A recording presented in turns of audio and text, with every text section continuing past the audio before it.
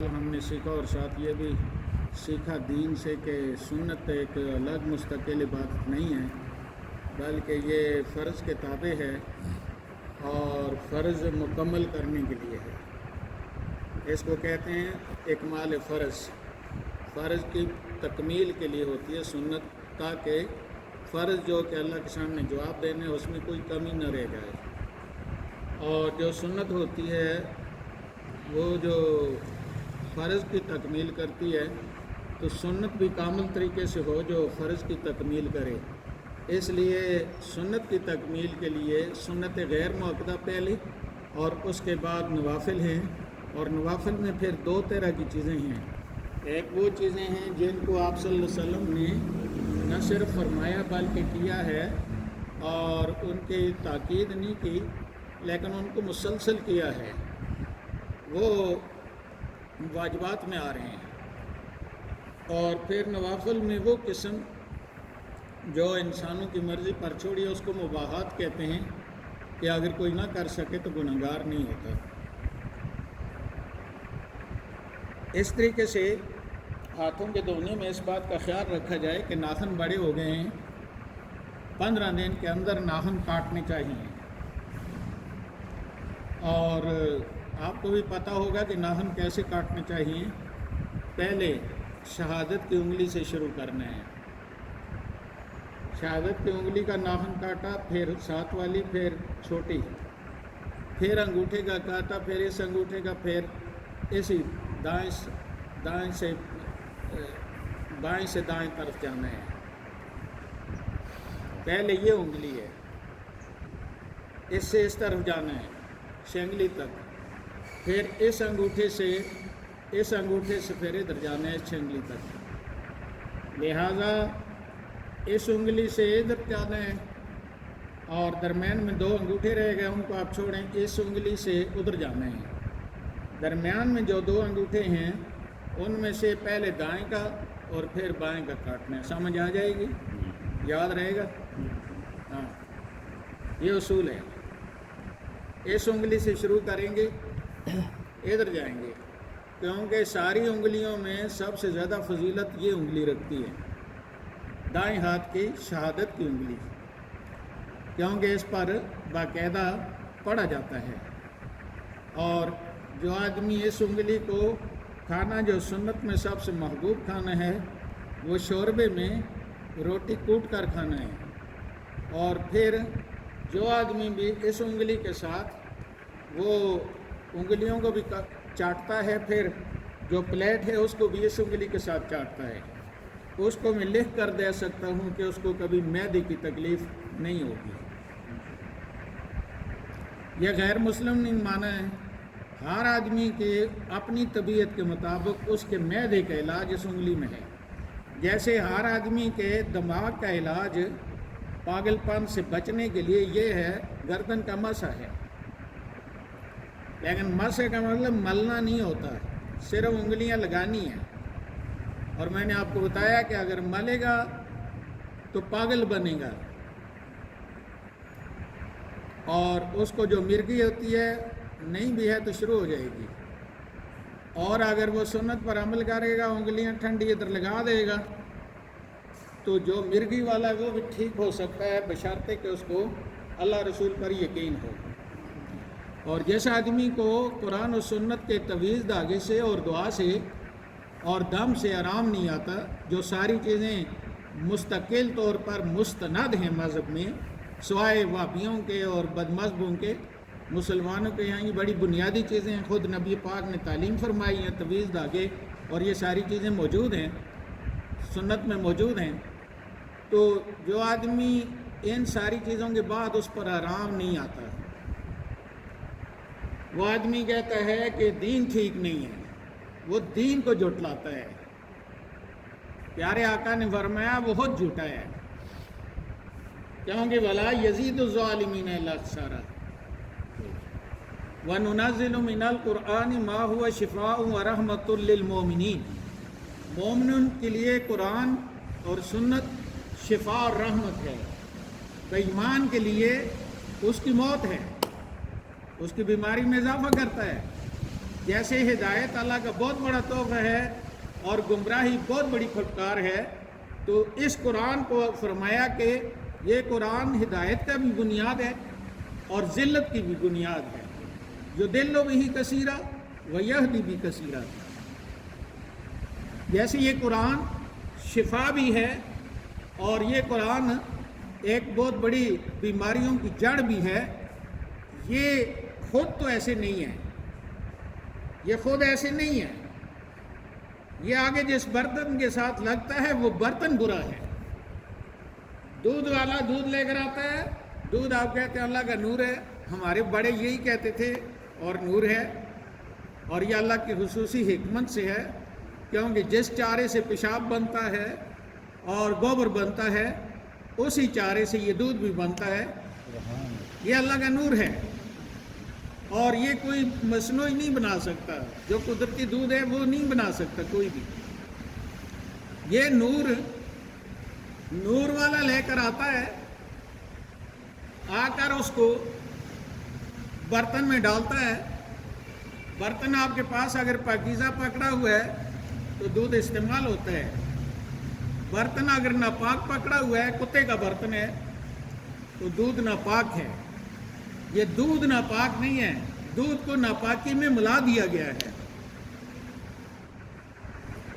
اور یہ دودھ ناپاک نہیں ہے، ناپاک برتن میں ڈال دیا گیا ہے۔ منافق کے برتن میں قرآن پڑھتا ہے تو یہ اس کی ہلاکت کا سبب بنتا ہے۔ ابو بکر صدیق کے سینے میں آتا ہے تو بیماریوں کے لیے علاج بنتا ہے۔ ابو جہل نے بھی سنا، بیرا تو نہیں تھا، ابو لہب نے بھی سنا، ان کو ان کی خباثت میں اضافہ کیا، اور آگے چل کر سورہ توبہ میں پھر آ رہا ہے۔ وہ کہتے ہیں کہ یہ قرآن جو سنتے ہیں کان بند کریں، یہ گمراہ کرتا ہے۔ اللہ فرماتا ہے کہ یہ ہدایت والوں کو ہدایت دیتا ہے، گمراہوں کو گمراہ کرتا ہے۔ اس لیے مولویوں سے قرآن پاک سے، جیسے میں نے آپ کو بتایا تھا، ایک نے کہا کہ اگر نبی کو پتہ ہوتا تو بیعت رضوان کیوں لیتا؟ پتہ ہی نہیں تھا کہ عثمان قتل ہو گیا یا نہیں ہو گیا۔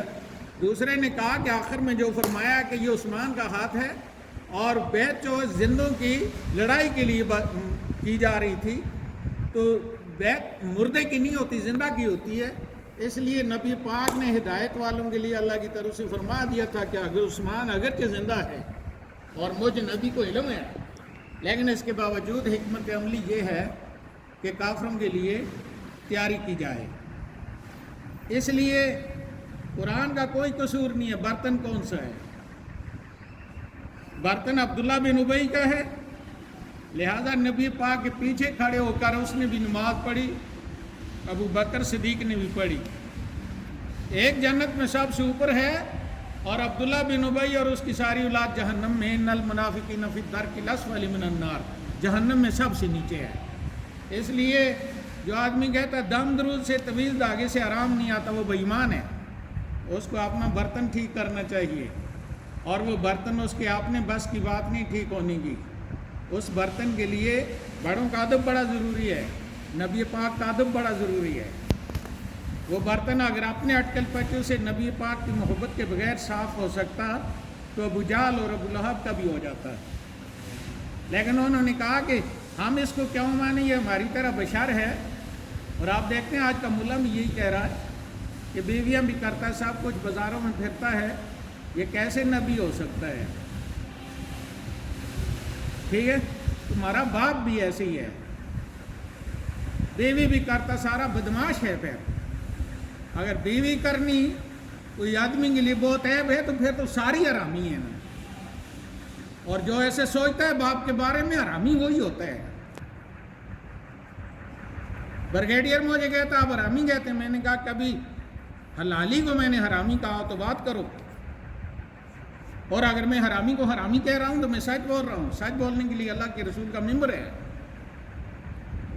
اس لیے حرامی کو حرامی کہنے میں کوئی حرج نہیں ہے، اور حلالی کو حلالی ہی کہنا چاہیے، اس کو کچھ اور کہنا گالی ہے۔ اس لیے قرآن پاک شفا ہے اور رحمت ہے، نبی پاک کی سنت رحمت ہے۔ اس انگلی سے جو بھی آدمی روٹی سنت سمجھ کر کوٹ کر سالنے میں کھاتا ہے، سالن کا مرغن نہ بنائے نا۔ پیارے آقا کی سنت میں یہ فرمایا شوربہ بناؤ تو پانی زیادہ ڈال دو تاکہ پڑوسیوں کو بھی مل جائے۔ آپ اگر پتلا سا بنا لیں گے تو پھر کیا فرق پڑے گا؟ بیماریاں ہی نہیں ہوں گی نا۔ جتنا گھنا بنائیں گے بیماریاں ہی ہوں گی نا۔ اس لیے پیارے آقا نے فرمایا کہ اس میں گوشت آپ نے تھوڑا سا ڈالا ہوا ہے تو پانی 2 پیالے اور ڈال لیں، پڑوسی کے جو بچے جن کو گوشت نہیں ملتا چلیں شوربہ مل جائے گا۔ اس لیے یہ تو آدمی کے اندر ہوتا ہے سب کچھ، لیکن وہ آدمی کبھی بھی سعادت مند نہیں ہو سکتا جو آدمی اللہ کے نیک بندوں کا بے ادب ہوتا ہے۔ اس کو توفیق نہیں ہوتی کہ وہ باادب بن جائے۔ یہ ادب اللہ کا خصوصی فضل ہے۔ اس لیے اس انگلی سے جو بھی آدمی روٹی کوٹ کر، یہ غیر مسلم نے ثابت کر کے پوری دنیا کو اصول دیا ہوا ہے۔ تو مجھے یاد ہے کہ میں نے اس کے ساتھ کہا تھا کہ یہ انگلی ایک تو صرف چاٹنے سے ہر مسلم غیر مسلم کے معدے کے لیے شفا بخش ہے، اور مسلمان کے لیے تو بہت زیادہ ہے، کیونکہ انگلی کے اثرات کے ساتھ ساتھ اس میں شہادت کا پڑھا گیا اور اس انگلی کو اٹھا کر اس کی گواہی دی گئی ہے۔ لہذا جس چیز کے ساتھ اللہ کی وحدانیت کی گواہی ہوتی ہے اس کے اثرات اور زیادہ ہوتے ہیں۔ لہذا اس کو بڑے یقین اور ایمان کے ساتھ روٹی کوٹ کر کھانی چاہیے۔ اور روٹی کوٹنے کے لیے کہتے ہیں کہ سالن نہیں، سالن کیوں نہیں ہے؟ آدھا پاؤ گوشت آپ ڈالتے ہیں تو اس کا سالن جتنا مرضی پوری ہانڈی بنا لیں اور روٹی کوٹ کر کھا لیں۔ پانی میں چلیں تھوڑا بہت مسالے بھی ہیں، اگر صرف پانی میں آپ کوٹ کر کھاتے ہیں تو تب بھی کیا آپ کو کہاں لکھا ہوا ہے کہ سالن کے ساتھ آپ کی زندگی ہے؟ آپ کی زندگی وَجَعَلْنَا مِنَ الْمَاءِ كُلَّ شَيْءٍ حَيٍّ، اللہ فرماتا ہے کہ ہر ذی جان چیز کو میں نے پانی سے پیدا کیا ہے۔ جو چیز پانی سے پیدا ہوتی ہے وہ پانی استعمال کرنے سے باقی بھی رہ سکتی ہے۔ اس لیے تو ہم نے یہ دیکھا کہ یہ ہاتھوں کے جو کیا پھر حلال کیا، اس کے بعد آپ پاؤں کی طرف آتے ہیں۔ یہ ہمارا آخری سٹاپ ہے فضائل سے پہلے، بعد میں فضیلت بیان کی جائے گی۔ یہ ہم نے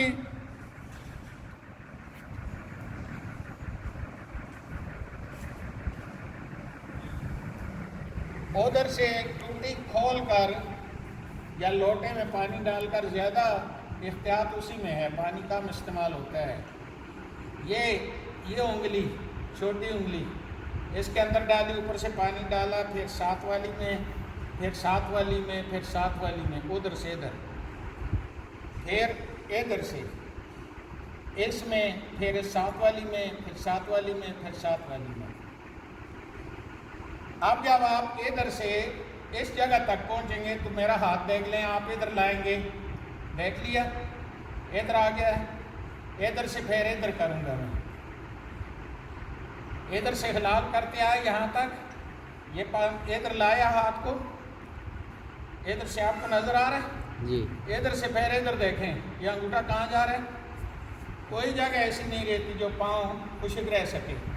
اسی طریقے سے جب ادھر سے حلال کرتے آئیں گے، پانی ڈالتے آئیں گے، ادھر سے لا کر ادھر، یہ دیکھیں یہ، پھر ادھر سے یہ پانی ڈالتا ہے۔ یہ انگلیوں کا حلال کرنا سنت کے مطابق آپ نے جو دیکھا ہے، فرمایا جو یہ نہیں کرے گا اس کو جہنم کے ابلتے وہ پیپ اور پانی سے حلال کرایا جائے گا قیامت کو۔ اور یہ آپ صلی اللہ علیہ وسلم کے بڑے سخت لفظ ہیں، اور سخت لفظ اس لیے ہیں تاکہ فرائض میں کوئی چیز ذرا کمی نہ رہ جائے اور ساری یہ باتیں غارت نہ جائیں۔ مثلا وہ لوگ جن پر غسل فرض ہے، بال بچے دار لوگ، ان کا پہلے وضو ہے، اس وضو میں اگر یہ کمی بیشی رہ جائے تو غسل نہیں ہوگا، وضو نہیں ہوا، غسل نہیں ہوا، نماز نہیں، وہ سمجھتے رہے ہم پاک ہو گئے، ناپاک رہے۔ قیامت کو جب اٹھیں گے تو صفحہ خالی پڑا ہوگا، بالکل کی سزا ہوگی کہ تمہیں یہ کہا گیا تھا کہ ساری احتیاطیں گاری کیوں نہیں کی تم نے۔ اور کل میں نے بتایا تھا کہ ہمیں یہ جلدی ہوتی بھاگنے کی، جیسے پیچھے کوئی امریکہ کا صدر ہے اور کوئی 1 منٹ نہ گزر جائے، کیا کرتے ہیں؟ میں نے تو بتانا ہے، کوئی بیٹھتا ہے تو ٹھیک ہے، نہیں بیٹھتا تو نہ بیٹھے۔ لیکن میرا خیال ہے اگر اللہ نے مجھے یہ توفیق دے ہی دی ہے، اور یہ میں آپ کو بتا دوں کوئی اس لیے نہیں کہ میں کوئی، لیکن یہ کہ دور دور تک کوئی عالم دین نہیں ہے، دور دور تک۔ کراچی میں ایک مفتی منیب رحمان ہے، ایسی ہمارا رشتہ دار ہے۔ پنڈی میں جن کو ہم مسلح دین اور مسلی دین کہتے تھے سارے، وہ جناب ایک اہل بیت کے معصوم ہونے پر اڑ کر مسلمانوں کے راستے سے بہت دور چلے گئے، کیونکہ مسلمانوں کا عقیدہ یہ ہے کہ انبیاء کے بعد کوئی معصوم نہیں ہے۔ اگر کوئی معصوم نہیں تو کیا گنہگار ہے؟ ہمیں اس کا پتہ نہیں ہے۔ اگر میں کسی آدمی کو یہ دیکھوں کہ یہ گنہگار نہیں ہے تو کیا میں اس کی رات اس کے گھر کے اندر اس کی رضائی میں ہوتا ہوں؟ میں کیسے سرٹیفکیٹ دے سکتا ہوں؟ اس کی سوچ میں وہ اللہ کو نہیں مانتا، اور منافق اور ساری یہی ہیں۔ اور خود نبی پاک کے پیچھے جس وقت تشہد میں السلام علیکہ ایھا النبی کہتا ہے مصلی نمازی، اور وہ نبی سے بغض رکھتا ہے، تو وہ تو بہت بڑا بے ایمان ہے، اس کی توبہ بھی قبول نہیں ہے، اور مجھے تو نہیں پتہ۔ وہ آگے سورہ تبت یدا ابی لہب پڑھ رہا ہے۔ ابو لہب مسلمہ کافر ہے، دشمن ہے نبی پاک کا، لیکن اگر کوئی چاچا سمجھ کر اس سورت کو پڑھ لیتا ہے، اس بے ایمان کی تو توبہ بھی قبول نہیں ہے، وہ نبی پاک کے حوالے سے اس کو برا سمجھ رہا ہے۔ اتنی باریک چیزیں ہیں، اس لیے ہم کسی کو یہ سرٹیفکیٹ نہیں دے سکتے کہ وہ معصوم ہے۔ یہ سرٹیفکیٹ اللہ نے دیا نبیوں کو، باقی ہم کسی کو بھی نہیں دے سکتے، کیونکہ ہم 24 گھنٹے لگاتار اگر اس کے ساتھ بھی رہیں، اس کی سوچ کے ساتھ تو نہیں رہ سکتے، اس کے اندر کیا ہے ہمیں تو نہیں پتہ۔ اس لیے باقی کسی کا بھی سرٹیفکیٹ کوئی نہیں دے سکتا۔ ہاں، ہمارے عقیدے کی کتاب میں لکھا ہے، یہ وہابی پڑھاتے ہیں شرح قائد، اس میں یہ لکھا ہے کہ اگر ساری زندگی کسی نے اللہ کی نافرمانی کسی طریقے سے بھی نہیں کی غیر نبی نے، تو اس کے لیے لفظ لکھا ہوا ہے محفوظ، لیکن وہ محفوظ اللہ جانتا ہے، میں نہیں جانتا۔ میں نبی کو معصوم جانتا ہوں، اور اس میں ذرا شک کروں تو میں مسلمان نہیں ہو سکتا، کیونکہ وہ میرے اللہ نے فرمایا اور اس کے اس پیارے حبیب نے فرمایا ہے کہ جس کی زبان کے بارے میں اللہ نے سرٹیفکیٹ دیا ہے کہ ما ینطق عن الہویٰ۔ تو آج ہم نے پاؤں کو سنت کے مطابق دھونے کا سیکھا ہے، لیکن یہ جب آپ ایسے کر لیتے ہیں تو اس کے بعد احتیاطاً 3 دفعہ پانی اس پر بہا دیں، ادھر سے بہائیں تاکہ ادھر آتے نکلے، یہ سنت ہے۔ اور یہ جو ہلال آپ کو بتایا گیا ہے یا ناخن کاٹنے کا بتایا گیا ہے، یہ پتہ ہی نہیں ہے، اور مسلمان اندھیرے میں بیٹھے ہوئے ہیں، اور ملا کو دیتے کچھ نہیں ہے، تو پہلے تو اس کو فقاہت کا پتہ بھی نہیں ہو سکتا، میرے خیال میں نہیں ہے۔ من یرد اللہ بہ خیرا یفقہہ فی الدین، دین کو طوطے کی طرح رٹ تو سکتا ہے، لیکن دین کو موقع محل کے مطابق، انسان کی حالت کے مطابق، اس کی طبیعت کے مطابق اس کو سمجھانا یہ ہر کسی کے بس کی بات نہیں ہے۔ اس لیے ساری آیتیں اور حدیثیں ہر کسی کے لیے برابر نہیں ہیں۔ قرآن و سنت یہ کہتا ہے کہ کوئی بھی عاقل بالغ جو ہے نا، مسلم غیر مسلم، وہ نماز پڑھے، عورت نہیں، عورت مرد، لیکن آگے نبی پاک نے تشریح کر کے بتایا کہ عورت نماز ان دنوں کی نہیں پڑھے گی جن دنوں میں ہر مہینے بیمار ہوتی ہے۔ امام اعظم نے فرمایا مجھے کہتے ہیں یہ قیاس کرتا ہے قرآن و سنت کی آیتیں حدیثیں نہیں لکھتا. فرمایا اگر میں قیاس کرتا نا تو ایمان کے بعد سب سے بڑی عبادت نماز ہے.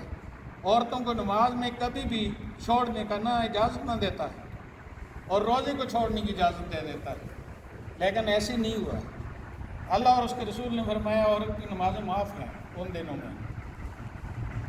اس لیے ہمیں چاہیے کہ ہم اپنی فکر کریں اپنی، اور پھر اپنی فکر میں اس کی اولاد بھی اور اس کے عزیز و اقارب بھی، اور جس ادارے میں جس دفتر میں جس ملک میں وہ سربراہ ہے لوگوں کا سب کی فکر کرے. عمرانہ سارے جتنے 22 کروڑ لوگ ہیں ان کے دین ایمان کا اور ان کی آخرت کی نجات کا ذمہ دار ہے. اس لیے ابو بکر صدیق کے بارے میں نبی پاک نے فرمایا مرو ابا بکر فلیصلی بالناس. بڑی کوششوں کے باوجود بھی کہ عمر کو کہہ دیں کسی کو کہہ دیں، لمبی چوڑی حدیثیں ہیں، لیکن آپ نے فرمایا نہیں ابو بکر کے ہوتے نہیں، ابو بکر کو نماز پڑھائے.